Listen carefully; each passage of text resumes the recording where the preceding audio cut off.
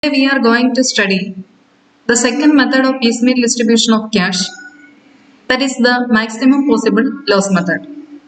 We have seen that there are two methods for the gradual realization of assets and piecemeal distribution of cash. The first method is referred to as proportionate capital method that we have studied in the previous class, and the second method is referred to as notional loss method or maximum possible loss method. This notional loss method or maximum possible loss method is considered as an alternative method of piecemeal distribution of cash. Then let us see what is meant by this notional loss method. For this, we have to make a comparative study of proportionate capital method and the maximum possible loss method. What we do in proportionate capital method is that only after paying the external liabilities and partners' loan, the amount is distributed to the partners. Suppose the cash available in the firm is sufficient to pay off the external liabilities and the partners' loan. Then in the proportionate capital method, whatever be the amount which is available from the first realization, that amount is distributed to the partners directly by taking into consideration whether the capitals are proportionate to their profit sharing ratio or not. Here arises the difference between the proportionate capital method and the maximum possible loss method. In the maximum possible loss method, whatever be the amount available, that is not directly distributed to the partner's capital account. Instead, we are assuming that this amount is available in the firm, and after that there will not be any further realization of assets, and there will not be the remaining assets will not fetch nothing.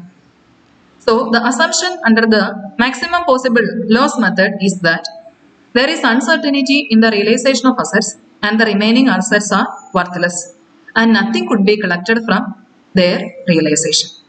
So we are calculating the maximum possible loss to be borne by the partners, assuming that the remaining assets will fetch nothing. Then let us see what is meant by maximum possible loss. Suppose the first realization is rupees 9,000. We are assuming that after realizing this rupees 9,000, nothing will be available from the realization of assets. So the maximum possible loss to be borne by the partners is equal to the amount available in the capital account of the partners minus rupees 9,000 which is available for distribution.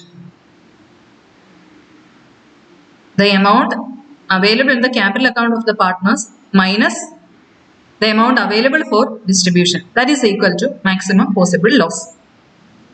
So under the maximum possible loss method, we made certain assumptions, and based on the assumptions we have calculated the maximum possible loss. And this maximum possible loss is distributed to the partners in their profit sharing ratio.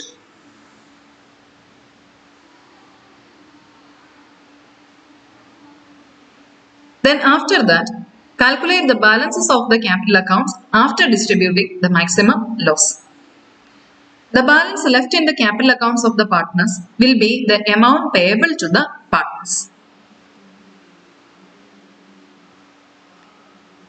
Suppose after distributing, here in the problem, the second realization realizes rupees 9,000, and after the distribution of maximum possible loss, the amount available in the capital account of the partners is rupees 12,000, 3,000 and minus 6,000 respectively. The capital account of all the partners show a credit balance. Distribute the available cash among the partners exactly equal to the respective capital balances. If any of the capital accounts show a negative balance, that is a debit balance, that partner should be treated as insolvent. The deficiency in the capital account of the insolvent partner is to be borne by the solvent partners in the ratio of their capitals just before the dissolution of the firm as suggested by Garner versus Murray ruling. This process is to be repeated till the negative balance is abolished and payment is made. This process of maximum possible loss is repeated on each realization till all the assets are disposed of. Therefore, unpaid balance which is at the end is equal to the maximum possible loss which is shared finally. That is all about the maximum possible loss method. Thank you. Thank you, dear students.